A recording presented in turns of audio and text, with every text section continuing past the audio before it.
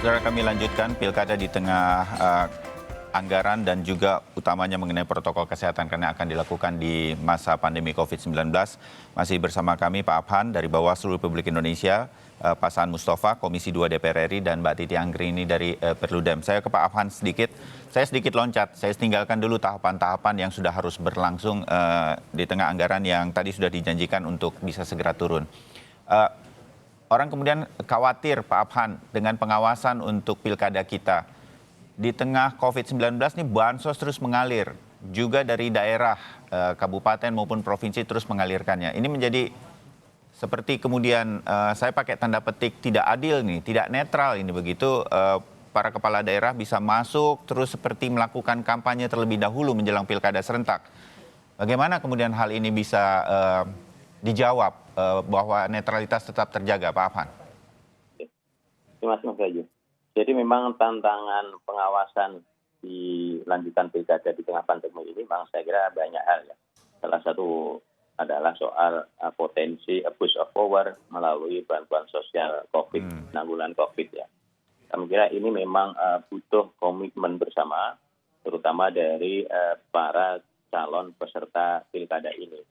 Yang notabene nanti memang ketika akan menjadi potensi petahana ini yang saya kira yang punya potensi abuse of power ya. Ya. Jadi saya kira ini persoalan juga manakala memang bansos ini masih sifatnya natura itu kan. Ini akan bisa abuse of power disalahgunakan untuk kepentingan politik praktis bagi pasangan calon yang petahana. Saya kira beberapa daerah juga sudah muncul itu kan, sudah muncul. Dan kami juga sudah lakukan tindakan-tindakan pencegahan dan sebagainya. Memang persoalannya adalah Undang-Undang 10/2016 belum bisa menjangkau ke sana. Pemenuhan unsur bahwa ada ketentuan pasal 71 bahwa menguntungkan salah satu pasangan calon. Jadi bupati, gubernur, bupati, wali kota itu dilarang membuat kebijakan atau tindakan yang menguntungkan salah satu pasangan calon. Nah, ini saat ini kan belum ada penetapan pasangan calon ya. Maka unsur itu yang terpenuhannya belum bisa. Tapi bukan berarti ini tidak bisa diterapkan aturan lain. Saya kira ada ketentuan undang-undang lain misalnya Undang-Undang 23/2014 soal pemerintah daerah. Itu jelas diatur bahwa bupati, wali kota, gubernur itu dilarang buat kebijakan juga yang menguntungkan. Tetapi ini memang lebih ranah politis gitu kan. Artinya apa?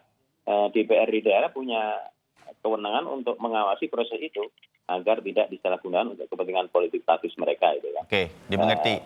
Ya, Pak Abhan, saya potong sedikit karena keterbatasan waktu, mohon maaf. Saya ke Mbak Titi.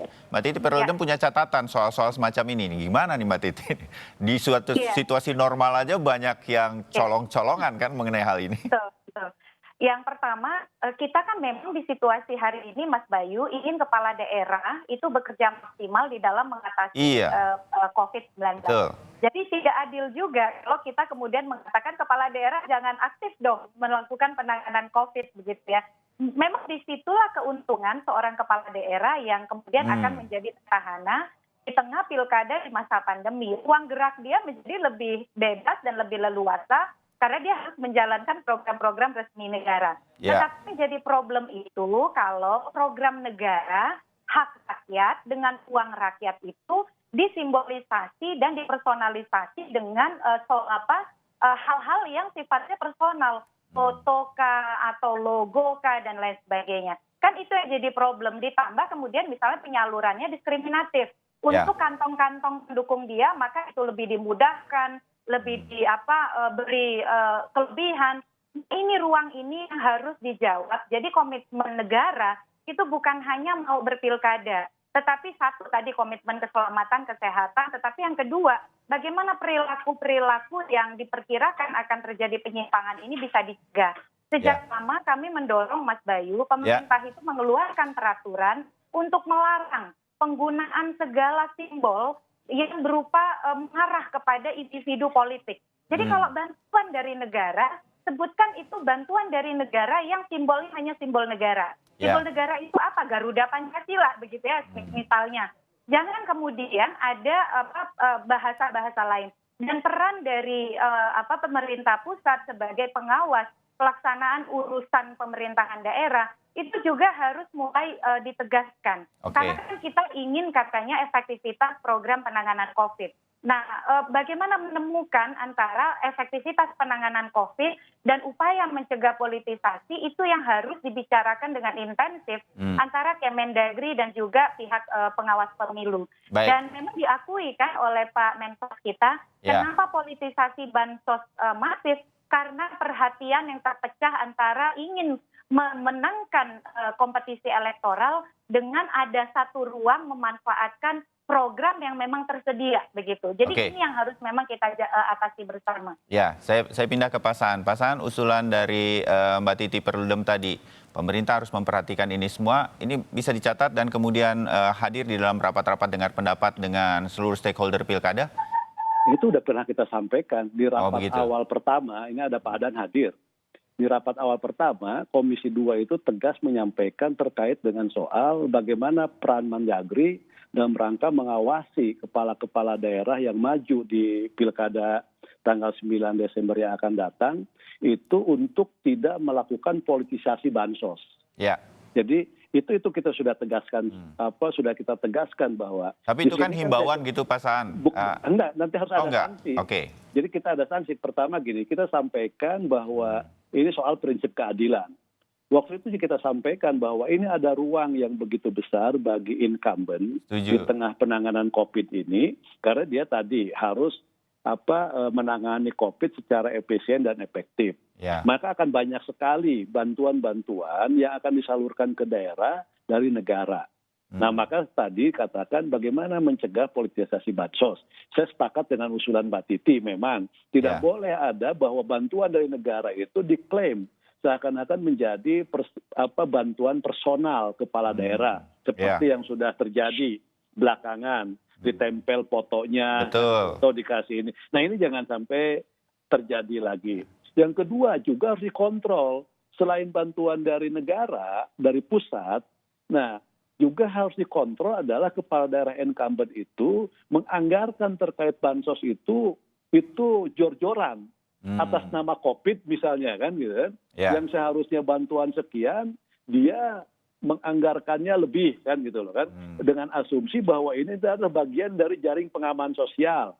Nah, ini karena tadi sekali lagi atas nama COVID. Jadi selain soal distribusi yang tadi diskriminatif dan sebagainya, hal-hal ini sudah menjadi concern. Karena kalau ini terjadi, seperti Mbak Titi katakan, ini akan mencederai kualitas dari pilkada. Setuju. Dan ini akan dibuat semacam pengaman-pengamannya oleh Komisi 2, bukan tidak disadari oleh Komisi 2. Sekali lagi kita berharap Komisi 2 rinci untuk melihat ini semua.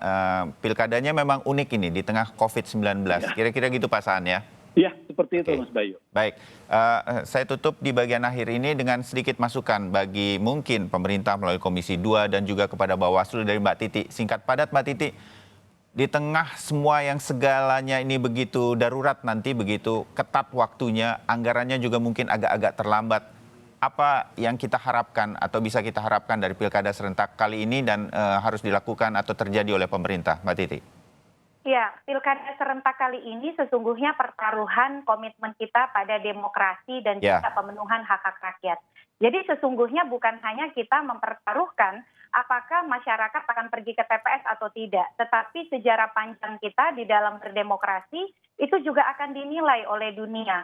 Nah, oleh karena itu sesungguhnya tidak cukup hanya komitmen, tetapi yang harus dikawal bersama adalah pemenuhan komitmen itu, bukan hanya berjanji untuk mengalokasikan fasilitas, tetapi pemenuhan dari fasilitas itu. Karena kalau kita gagal, yang kita pertaruhkan bukan hanya reputasi demokrasi kita, kualitas demokrasi kita, tetapi yang terpenting adalah keselamatan dan kesehatan masyarakat kita. Dan itu sangat berbahaya kalau kemudian kita menganggap ini bisa kita toleransi. Kan hanya bergeser 1 hari, bergeser 2 hari, bergeser 3 hari. Lama-lama kemudian kita menjadi begitu toleran terhadap pemenuhan prasyarat-prasyarat yang sesungguhnya tidak bisa di-courting, tidak bisa kurangi begitu. Jadi ini yang memang agak sulit kita kalau mau diajak optimis, kalau kita selalu diajak untuk juga bertoleransi terhadap kekurangan-kekurangan di dalam pemenuhan prasyarat yang ada. Jadi itu saya kira, Mas Bayu. Ya, ini menjadi perhatian kita semua, sukses demokrasi dan sukses mencegah penyebaran COVID-19. Tidak mudah, tapi kita pernah melakukan hal-hal yang seperti dongeng Roro Jonggrang di negara kita. Kita siapkan ini semua, termasuk dari masyarakat. Terima kasih Mbak Titi Anggraini, terima kasih Pak San Mustafa, terima kasih Pak Abhan untuk waktunya pagi hari ini.